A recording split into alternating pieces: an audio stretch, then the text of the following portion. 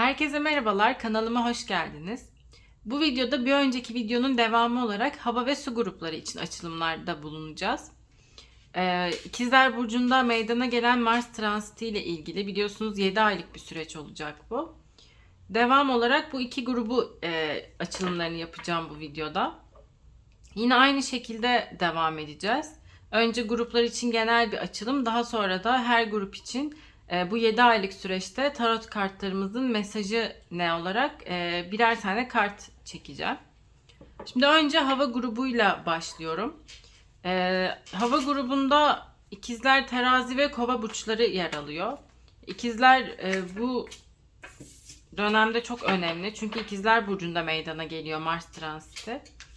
Şimdi şöyle bir karıştırıyorum ve 4 tane kart çekeceğim. Hava grubu burçlarının niyetine.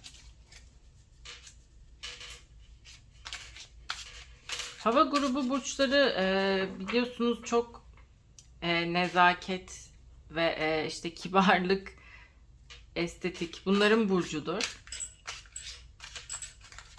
İçinde en mantıkçı, yani genelde duygularıyla hareket ederler ama en mantık yönü ağır basan burcu Kova.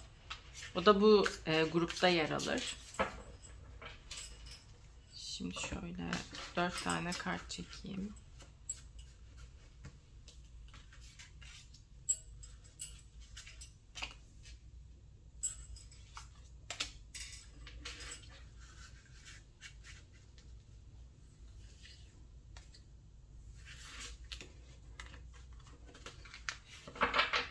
Evet. Şimdi açalım bakalım. Açılımımızı yapalım. Kartlarımızı açalım. Evet. Hava grubu burçları bu 7 aylık Mars transiti döneminde bazı sağlıksız alışkanlıklar edinebilirsiniz. Yani mesela beslenmeniz konusunda böyle sağlıklı beslenmeden uzaklaşabilirsiniz gibi sağlıksız alışkanlıklar edinebilirsiniz. Bu süreç bu dönem için çok açık. Çabuk kandırılabilir, sahtelikleri göremeyebilirsiniz. Etrafınızdaki size kötü hisler besleyen insanları fark etmeyebilirsiniz. O nedenle bu dönemde lütfen hislerinizi, kendinizi dinleyin.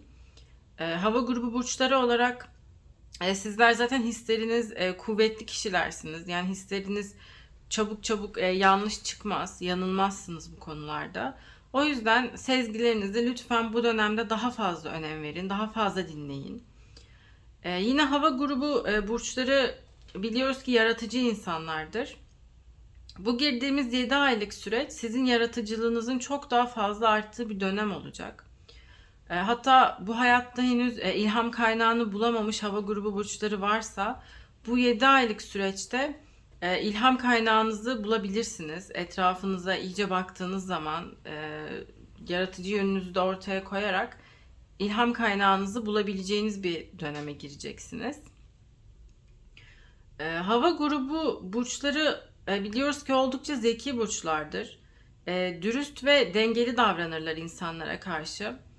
Bu süreçte de çevrelerine bu konuda çok yardımları dokunacak. Yani adil davranışlarıyla bazı konularda sizlerin adaleti sağlamanız istenebilir. Bunun sonuçlarında, yani olayların sonuçlarında sizlerin bazı konularda karar vermeniz gerekebilir. Hani bu üstünüzde de biraz yük hissettirebilir.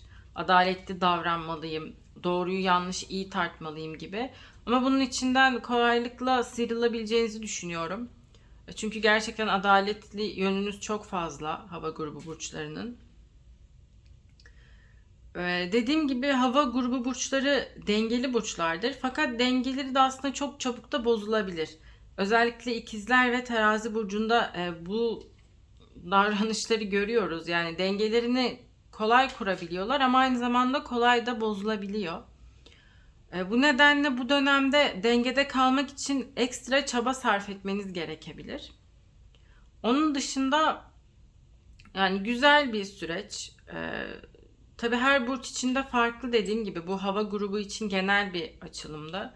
Şimdi ikizler burcunda meydana geldiği için Mars transiti o daha çok etkilenecek olan burç. İşte terazi ve kova bir tık daha az etkilenecek. Yani hatta Kova burcu hiç etkilenmeyecek. Bu hava grubu burçları için genel bir açılımdı. Şimdi İkizler burcuna geçelim. Bakalım neler bekliyor İkizler burcunu bu 7 aylık dönemde. Böyle bir karıştıralım kartları. İkizler burcu çok eğlenmeyi seven eğlenceli burçlardır bence. Yani çoğu kişi işte İkizler burcu zor der, işte bir dediği bir dediğini tutmaz falan derler İkizler burcu için. Ama ben öyle olduğunu düşünmüyorum. Yani çok eğlenceli ve bence insanlar tarafından sevilen insanlar oluyor İkizler burçları. Ama tabii bu 7 aylık süreç onlar için de biraz sıkıntılı olabilir. Onların burcunda meydana gelen bir transit çünkü. Şimdi İkizler burcunu bu 7 aylık süreçte kartlarımızın mesajı nedir? Bir tane İkizler burcu neyse bir kart çekiyorum.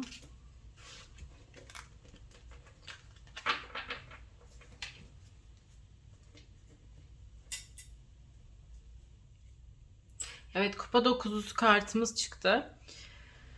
Sevgili ikizler burçları, Mars transiti sizin burcunuzda meydana geliyor biliyorsunuz. Bu nedenle en çok etkilenecek burçlar arasındasınız. Bu dönemde sağlığınıza çok dikkat etmelisiniz. Yani böyle transit dönemleri biraz bağışıklık sistemini insanların zayıflatıyor. Transit de sizin burcunuzda meydana geldiği için biraz bağışıklık sisteminiz zayıflayabilir. Bu nedenle tedbir almalısınız. Aktif olacağınız bir 7 ay geçireceksiniz. Bu dönemde motivasyonunuzu arttırmak için kendinize küçük ödüller vermelisiniz. Belki küçük tatillere çıkmalısınız. Çok istediğiniz bazı küçük hediyeleri kendinize almalısınız. Lütfen kendinize bol bol sevgi, ilgi gösterin bu süreç içerisinde. Yani yorulabileceğiniz bir döneme gireceksiniz. Sizin burcunuzda meydana geliyor dediğim gibi. O yüzden bir tık daha sizin dikkatli olmanız gerekiyor. Yine iletişimde de dikkatli olmanız gerekiyor. Aynı şeyi Yay ve Başak burçlarında da demiştim. Çünkü bu transit onları da çok etkileyecekti. İkizler burçları sizi hani daha da çok etkileyecek. O yüzden sizin hani çok daha dikkat etmeniz gerekiyor şu an insan ilişkilerinize. Tartışmalara girmekten biraz geri durmalısınız. Bir söyleyeceğiniz şeyi birkaç kere düşünüp söylemelisiniz. Bu dönemde bu 7 aylık süreçte bunlara dikkat ederseniz çok daha kolay atlatacağınızı düşünüyorum. Yine Yay ve Başak burçları için de söylemiştim bunu. Geçtiğimiz yılda olumlu ve olumsuz yaşadığınız, sizden kaynaklanan veya sizi etkileyen olayları bir düşünmeniz gerekiyor. Özellikle Şubat, Mart, Nisan ayları içerisinde yaşadığınız olumlu ve olumsuz durumları. Çünkü bu dönemde bu 7 aylık süreçte siz de bunların bir tık daha fazlasını, daha yoğun duygular içerisinde yaşayabilirsiniz. Bu nedenle biraz temkinli hareket edin ve dediğim gibi bir düşünün. Geçtiğimiz sene sizden kaynaklı olumlu ya da olumsuz durumları. Bunlara dikkat ederseniz kolaylıkla bu 7 aylık süreci atlatacağınızı düşünüyorum. İkizler Burcu için açılımı bu şekildeydi. Kartın İkizler Burcu'na verdiği mesajı. Şimdi Terazi Burcu'na geçelim. Terazi Burcu için bir kart çekelim.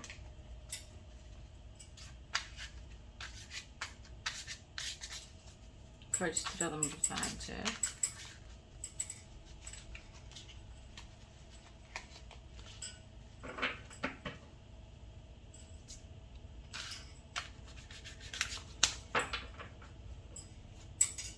Evet, terazi burçlarına tarot kartlarımızın mesajı neymiş bakalım, bir yoğunlaşıp çekelim.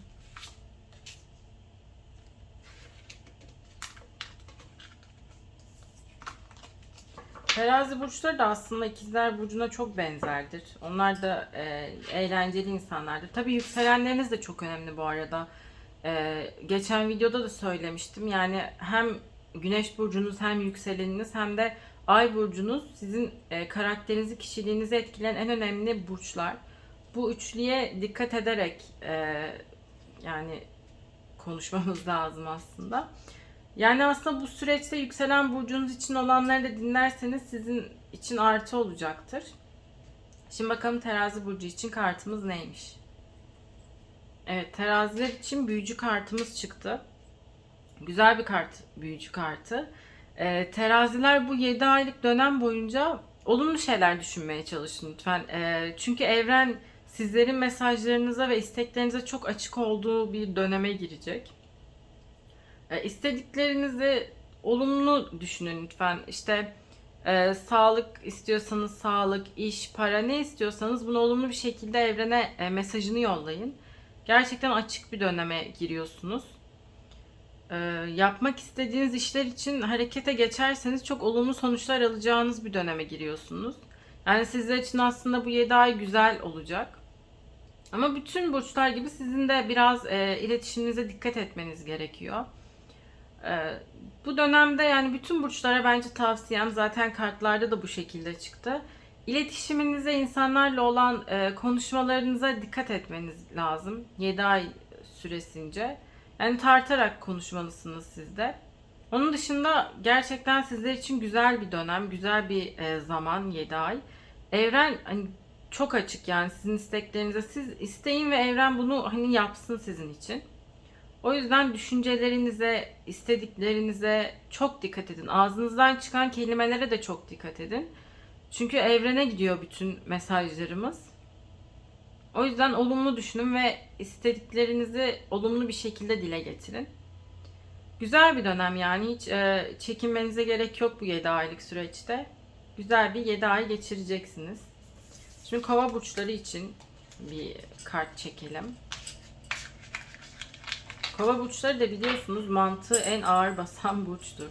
Hani hava grubu burçları içinde ikizler ve terazi genellikle duygularıyla hareket edebilirler. Yani daha ağır basabilir duyguları. Ama kova burcunda öyle bir şey söz konusu olamaz. Hep mantıklarıyla hareket ederler. Yani bu da onları aslında yanlış yapmalarını azaltır diyebilirim. Şimdi kova burçları için bir kart çekelim.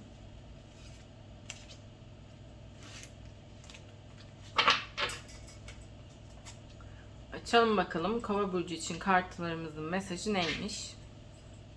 Evet. Kova burçları için de değnek dörtlüsü kartımız çıktı. Dediğim gibi bu dönem aslında sizleri pek etkilemeyecek. Yani hep aynı şekilde normal hayat akışınızı devam ettireceksiniz. Sadece bu 7 aylık süreçte çocuklar, aşk, tatil konularında çok daha aktif olacağınız bir dönem olacak. Yani sizin için verimli, hareketli, bol tatili, dinlenmeli bir 7 ay olacak.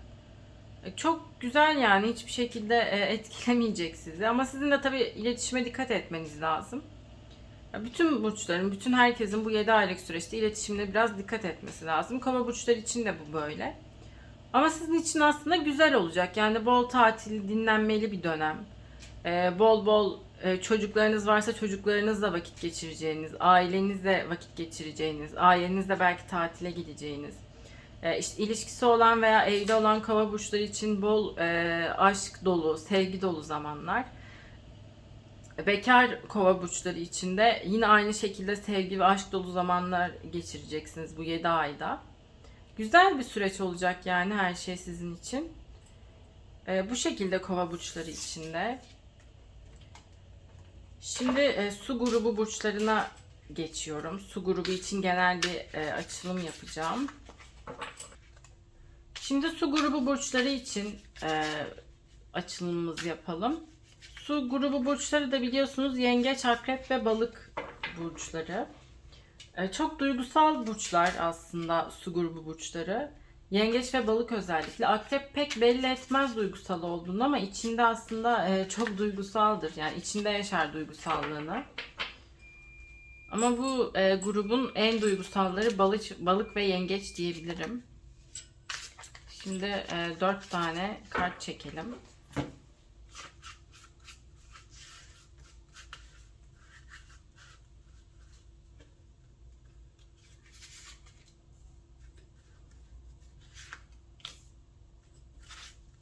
Yine aslında su grubu burçları da biraz duygularıyla hareket eden burçlardır.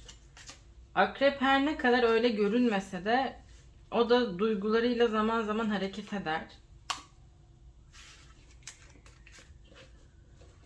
Evet, şimdi açalım bakalım kartlarımız Neymiş su grubu açılımımız? Evet, bu sürecin başlarında sevgili su grubu burçları her şeyi komuta eden, yöneten bir konumda olabilirsiniz. Başarı dolu bir dönem geçirmişsiniz. Ancak yeni adımlar konusunda kendinizi biraz kararsız hissediyor olabilirsiniz. Fakat değnek ikilisi kartı size diyor ki yani şu an dinlenme zamanı değil.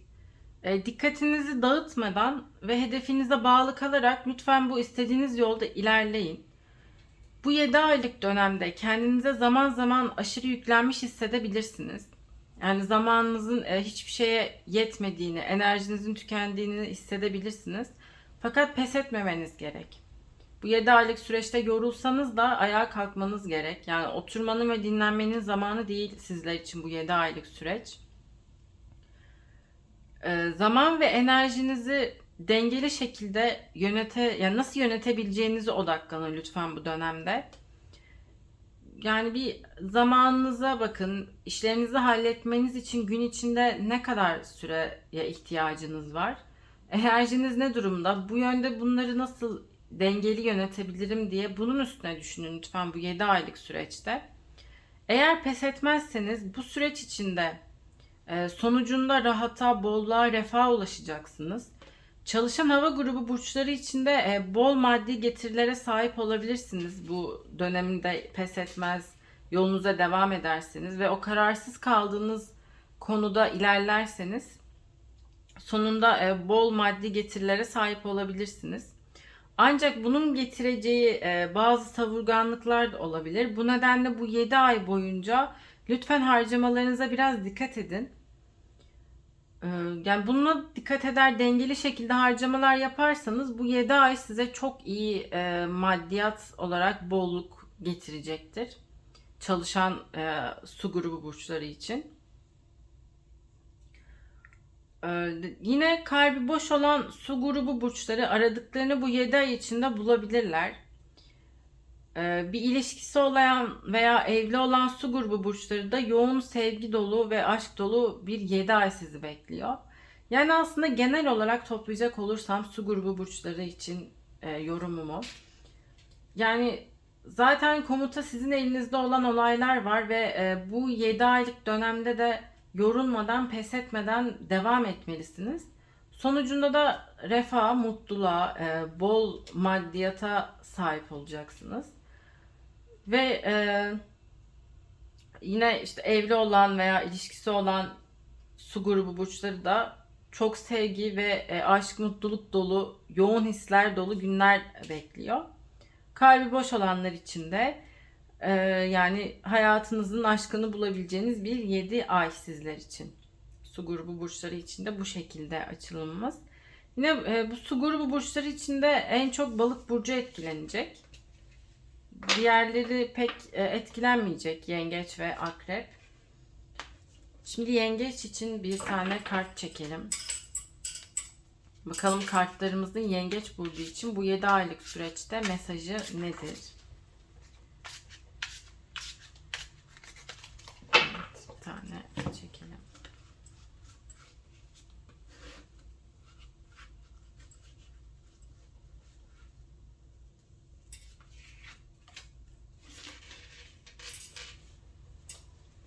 Şimdi kartımızı açalım bakalım. Evet, yengeç burçları için ölüm kartımız çıktı. Hani ölüm kartı başta böyle bir kötü gibi dursa da ismi ölüm olduğu için aslında çok da kötü bir kart değildir. Yengeçler bu 7 ay boyunca psikolojik olarak kendinize çok iyi bakmalısınız. Yani zihniniz durmadan çalışabilir. Devamlı düşünceler içinde boğulabilirsiniz. Hani bir konuyu çok fazla düşünebilirsiniz. Belki hani düşünmekten uyuyamayabilebilirsiniz. O yüzden psikolojik olarak kendinize çok iyi bakmalısınız. Yani meditasyonlar yapmalısınız. İşte doğayla vakit geçirebilirsiniz. Yani kendinizi rahatlatmanız gerekiyor. Ama aynı zamanda bu 7 aylık süreç sizin rahatsız olduğunuz, geçmişten gelen travmalarınızı yenmeniz için de oldukça elverişli. Yani bu düşündüğünüz, sürekli kafanıza taktığınız konular geçmişten gelen bir konuysa, size travma yaratan bir olaysa, belki birinin söylediği bir sözse bunu yenmeniz için çok açık olacağınız bir 7 ay. Yani bu 7 ayda bunları bir düşünün ve hani bunu nasıl yenebilirim? Zaten yenebilecek güç içinizde var aslında. Bunu ortaya çıkartabileceğiniz bir süreç. Bunun içinde çok elverişli olan bir süreç.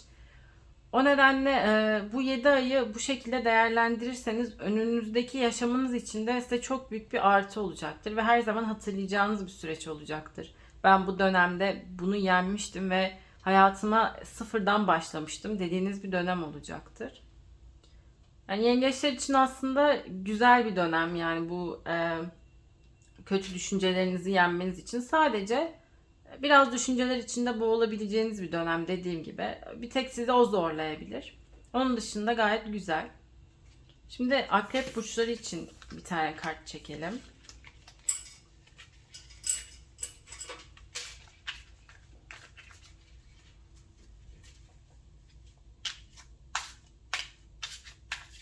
Akrep burçları su grubu burçları içinde en belki sivrilen burçtur. Yani diğerleri yengeç ve balık burçları çok daha sakin, naif görünür ama akrepler öyle görünmez dışarıdan. Biraz böyle sert görünen insanlardır. Biraz dediğim dedik insanlardır.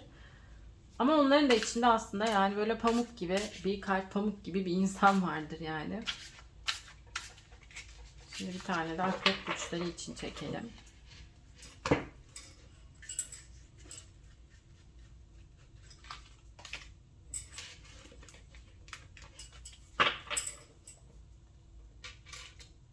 Evet. Açalım bakalım kartımızı. Tılsım beşlisi kartımız çıktı. Bu dönemde parasal konularda yeni kararlar alabilirsiniz sevgili akrepler, bu 7 aylık dönemde. Aynı zamanda parapsikolojik konulara da ilgi duyabilirsiniz. Bu dönem sizin bu konularda çalışmalar yapmanız için çok açık bir dönem. Yine bu 7 aylık süreç boyunca yardıma ihtiyacınız olduğu zaman yardım istemeye çekinebilirsiniz. Her şeyi tek başınıza halletmek isteyebilirsiniz. Ama tılsım beşlisi kartımızın da size mesajı şu. Lütfen başını kaldır ve etrafına bak. Seni seven, senin için yardıma hazır sevdiklerin var. Çekinmeden onlardan yardım iste diyor. E, Zaman zaman yardıma ihtiyaç duyacağınız zamanlar olacak bu 7 ayda. Ama sevdiğiniz insanlar sizin için buna hazır. Yani size bu 7 aylık süreçte mesajı bu kartların. Onun dışında yani sizleri de çok etkilemeyecek akrep burçları. Zaten dediğim gibi su grubu burçları içinde en çok balık burcu etkilenecek. Akrep burcu daha çok az etkilenecek burçlar arasında. Şimdi balık burcu için bir tane kart çekelim. Balık burçları hep duygusal olarak bilinirler. Evet, duygusal insanlar ama her balık burcu da bir değil. Bazıları içinde yaşıyor, bazıları oldukça dışına vuruyor duygusallığını. Gerçekten anlaşması da kolay aslında. Naif, zarif insanlar oluyorlar, düşünceli insanlar oluyorlar. Sabırlı insanlar oluyorlar. Hani kolay kolay sinirlenmezler ama hani sinirlendikleri zaman da hani dersiniz balık burçları sakin. Hani bu kadar sinirlenemez ama o kadar da sinirlenirler yani. Şimdi balık burçları için kartlarımızın mesajı neymiş?